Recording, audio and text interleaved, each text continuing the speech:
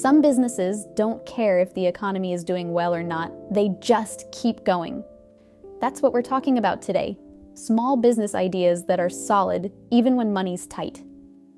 If you're thinking about starting something of your own, but don't want to waste time on trends that disappear the second things get rough, these ideas are worth looking into.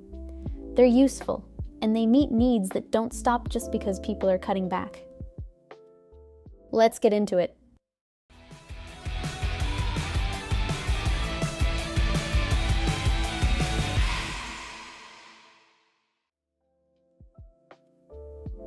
People don't suddenly stop needing to manage their money during a recession. In fact, that's when more people start looking for help budgeting, saving, getting their small businesses in order. That's where financial planners come in. You can create budgeting templates, debt payoff trackers, business planners, or startup checklists, either as physical products or digital downloads. Small business owners, freelancers, side hustlers, they all need simple tools to keep their finances organized. And once someone finds a planner or template they like, chances are they'll come back for more or recommend it. You can sell them on platforms like Etsy, or set up your own site using Shopify. If you want to keep it digital, you won't have to deal with shipping or inventory either.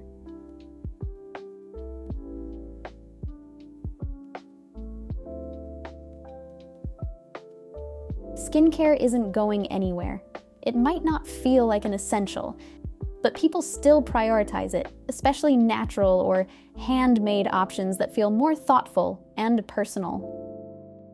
During tough times, many stop going to salons or buying expensive beauty brands, but they'll still treat themselves to a small handmade item here and there.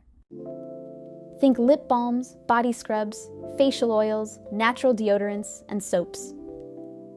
You don't need a full-blown lab to start, but you do need to take it seriously. Start with small batches, just a few solid recipes, and focus on quality ingredients. Costs depend on what you're using and where you source it.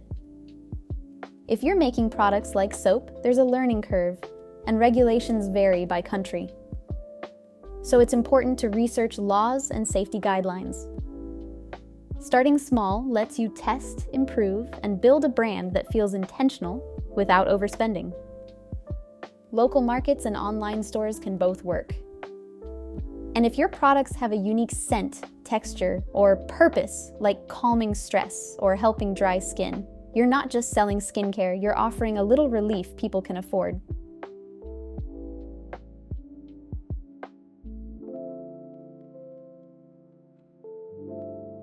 If you've ever had to entertain a child during a school break, you know how fast parents go looking for help.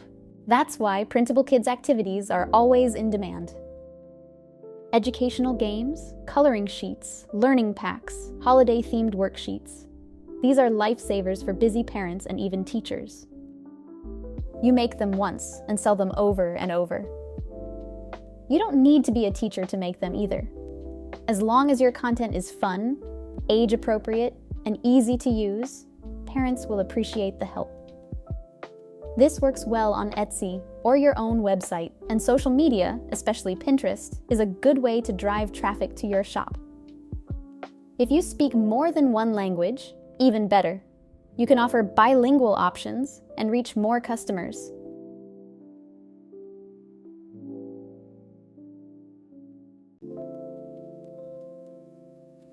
When people tighten their budgets, they might cut back on extras for themselves, but not for their pets. Pets still get their toys, treats, and accessories. This business idea is wide open. You could make bandanas, collars, toys, natural treats, paw balm, or even personalized bowls. Pet owners love buying from small businesses that offer something different from the typical big box store options. If you already have pets, you can test everything on them. That makes product development easier and gives you content for social media. Also, a strong visual brand helps a lot in this niche. Cute pets plus handmade stuff equals instant attention. Start with a few solid products and see what people respond to. Word of mouth goes a long way in the pet world.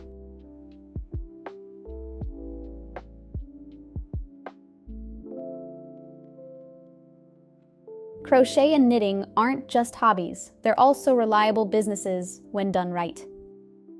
Scarves, beanies, mittens, and even blankets sell well, especially when the cold months hit.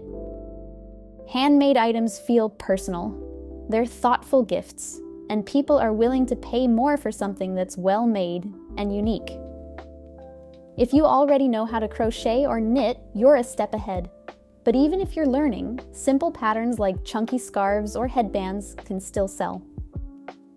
Focus on color, comfort, and good photos. Those make a difference when selling online. Seasonal marketing is important here. Start promoting in fall, peak in winter. And you can also offer patterns as digital products if you want to reach the DIY crowd too.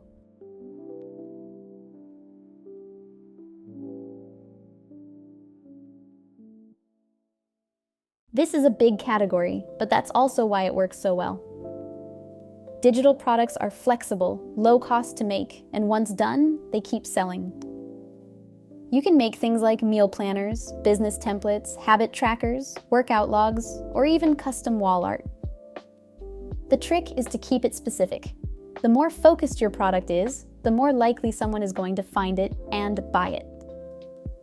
For example, instead of just selling a general planner, you could sell a side hustle weekly tracker for full-time workers or a weekly planner for moms with toddlers.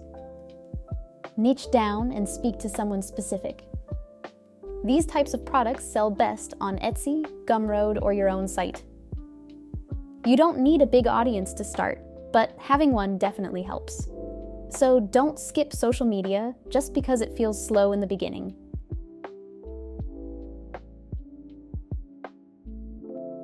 These are small business ideas that don't collapse the moment the economy slows down.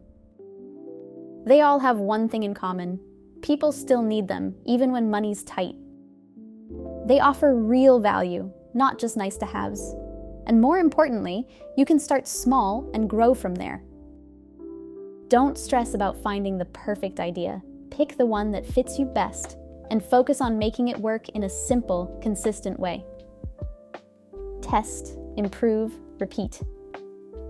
If you found this useful, feel free to check out the other videos. They cover simple, small business ideas that are practical and worth considering, especially if you're just getting started or figuring out your next move. See you in the next video.